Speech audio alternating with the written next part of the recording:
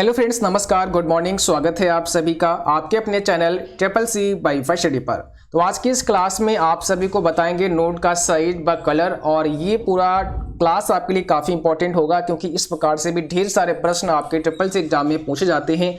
साथ ही साथ यहाँ पर कुछ इंपॉर्टेंट फार्मूले भी डिस्कस करने वाले हैं। बहुत सारे बच्चों ने कमेंट किया कि सर हमें इस प्रकार के फार्मूले समझा दीजिए, क्योंकि बहुत सारे बच्चों को फार्मूलों में दिक्कत होती है। तो आज हम आपको डिटेल में फार्मूले भी समझाएंगे जो आपके एग्जाम के लिए मोस्ट इंपॉर्टेंट हैं।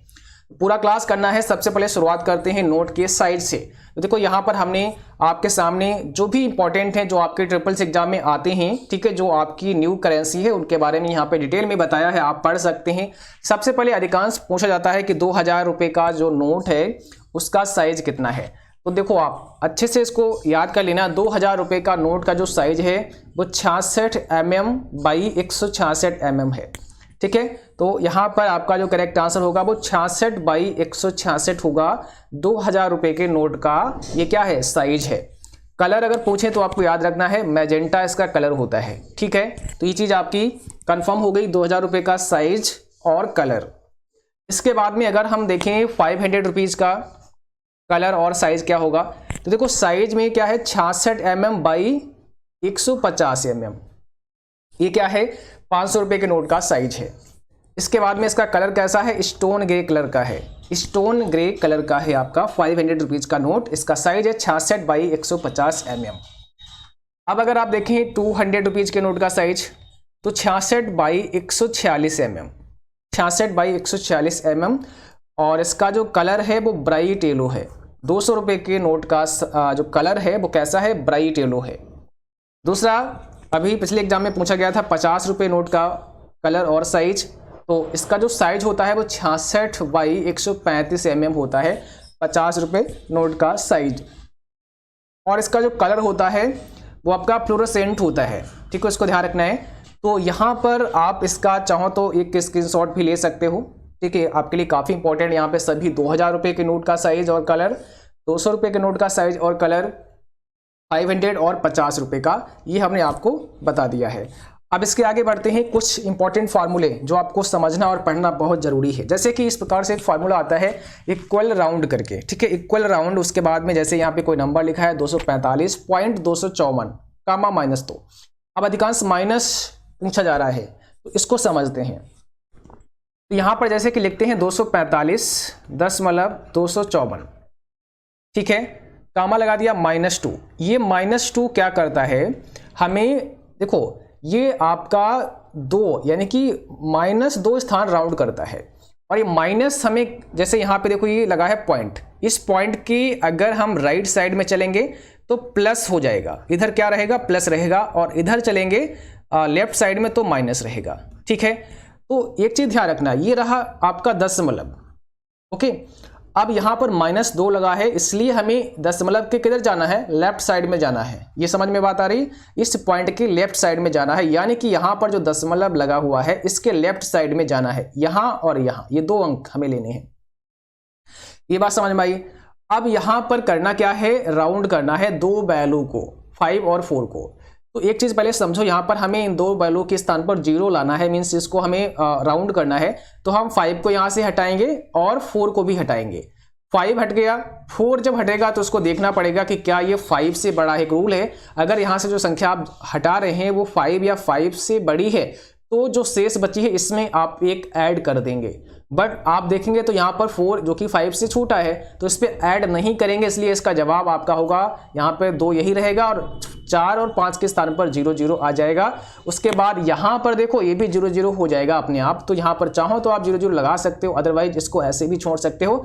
अब मान लिया कहीं पर अगर लिखा है 200.000 और अगर आप लिख देते हैं 200 तो बात बराबर है ना।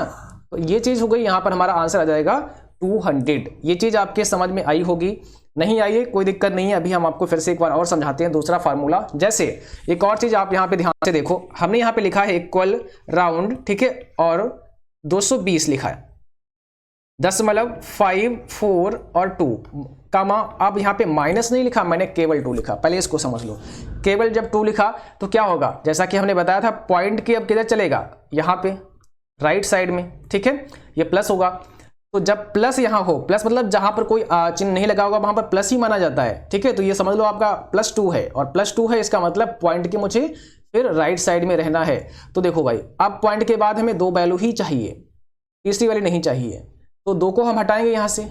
जब आप 2 को हटाएंगे और 2 हमारा 5 से छोटा है, तो क्या रहेगा, इसका आंसर होगा 220.54, ठीक है। यहां पर हमारा ये 2 हट जाएगा। बट अगर 2 के स्थान पर 5 होता या फिर 5 से बड़ा 6 होता, यहाँ पे 6 होता, तो क्या हो जाता आंसर हमारा, फिर आंसर हमारा आ जाता 5 और यहाँ 4 के स्थान पर 5 आ जाता फिर से, क्योंकि यहाँ 6 था इसलिए एक यहाँ पे प्लस हो जाता, +1 हो जाता, तो यहाँ पर यह आ जाता 220.55, ठीक है।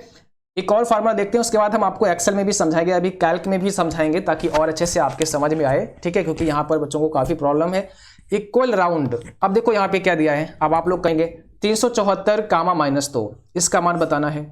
374 कामा -2 बताओ, तो देखो यहाँ पे लिखना है 3, 7 और 4 कामा -2 लिखा है। इसका मतलब हमें यहाँ पर क्या करना है, पॉइंट से पहले आपको 2 संख्या रिमूव करनी है। और यहां पर जैसे कि मैंने लिखा 374, यहां पे पॉइंट नहीं लगा है तो आप इसको पॉइंट लगाकर 00 कर सकते हैं, नो प्रॉब्लम, है ना। तो ये समझने के लिए है वैसे।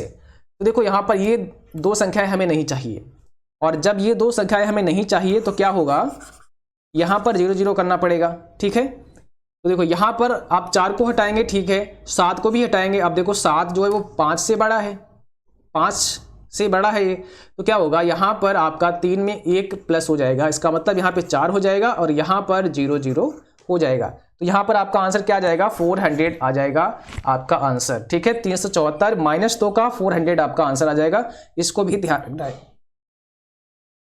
अब जैसे यहां पर अगर आप कैल्क में आएंगे, यहां पर लिखेंगे इक्वल राउंड ब्रैकेट 374, ठीक है, कामा -2। अब देखो जैसे मैंने ये लिखा, एंटर अगर प्रेस करते हैं तो यहाँ पे आंसर आपका कितना आएगा, एंटर प्रेस करते हैं, आपका आंसर आया 400। क्यों, क्योंकि यहाँ पर 7 था इसलिए 400 आया, 5 से ये बड़ा था 7, इसलिए यहाँ पर 3 के स्थान पर 4 हो गया। बट अगर 7 के स्थान पर हम 4 कर देते हैं तो अब 300 ही आएगा, क्योंकि 4 तो छोटा है 5 से, तो देखो अब 300 ही आया।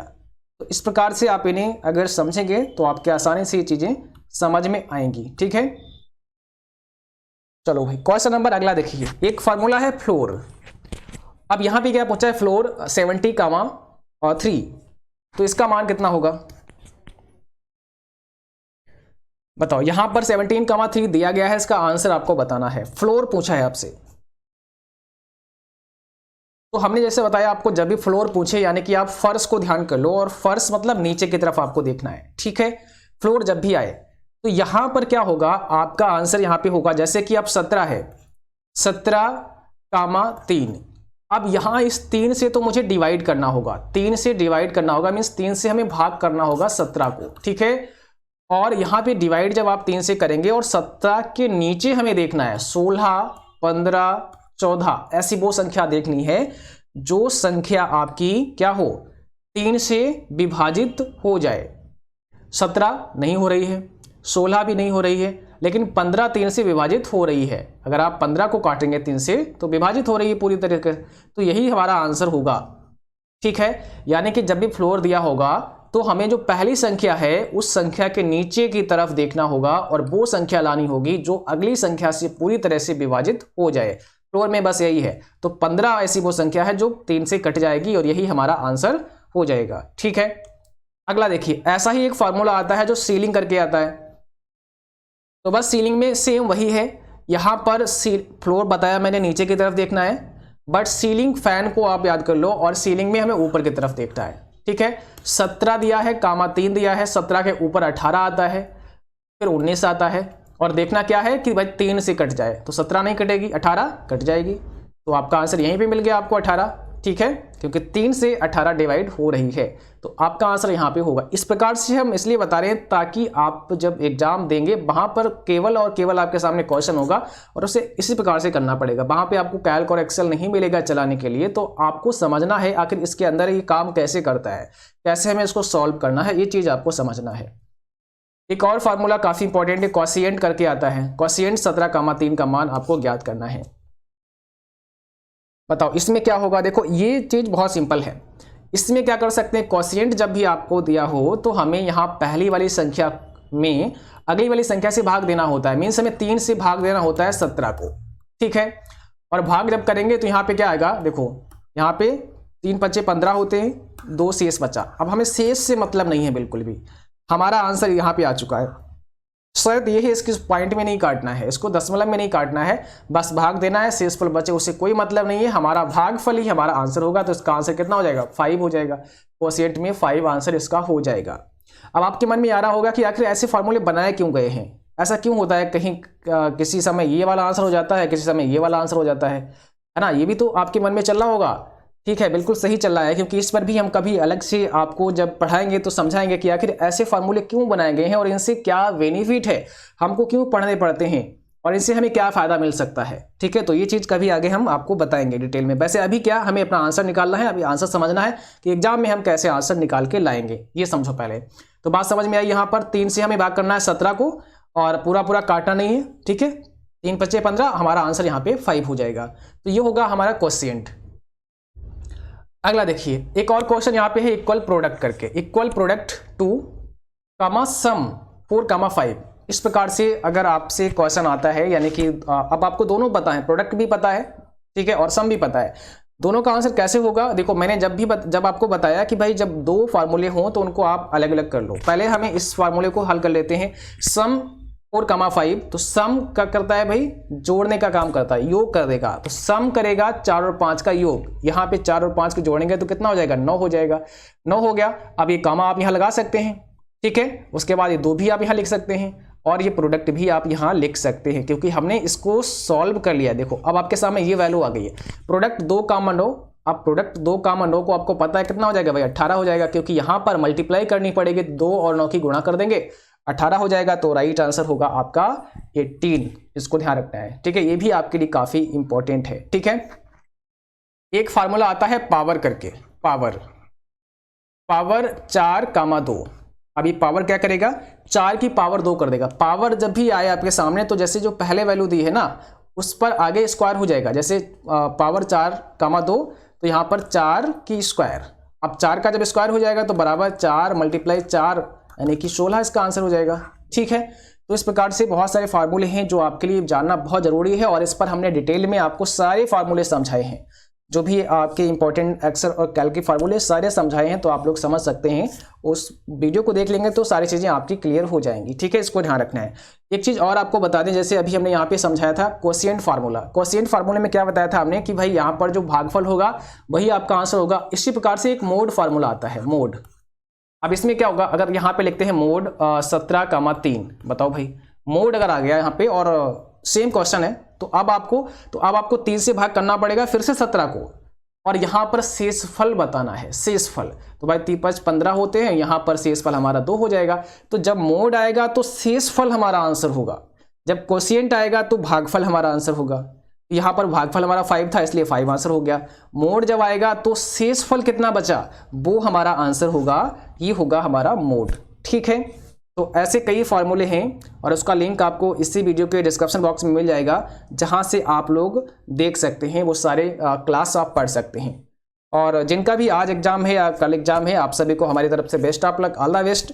उम्मीद है कि आप सभी का एग्जाम बहुत अच्छा होगा। और जो भी प्रश्न आपको अपने एग्जाम में याद रहें, आप लोग हमें अपने प्रश्न जरूर भेजें। प्रश्न आप हमें मेल कर सकते हैं info.cccbyfirstdegree@gmail.com पर, या फिर हमें व्हाट्सएप कर सकते हैं 9452299436 पर, ठीक है। इसके अलावा आप हमें फेसबुक और इंस्टाग्राम पर फॉलो कर सकते हैं और वहां से भी अपने प्रश्न भेज सकते हैं। तो आज के लिए बस इतना ही। Thanks for watching, thank you.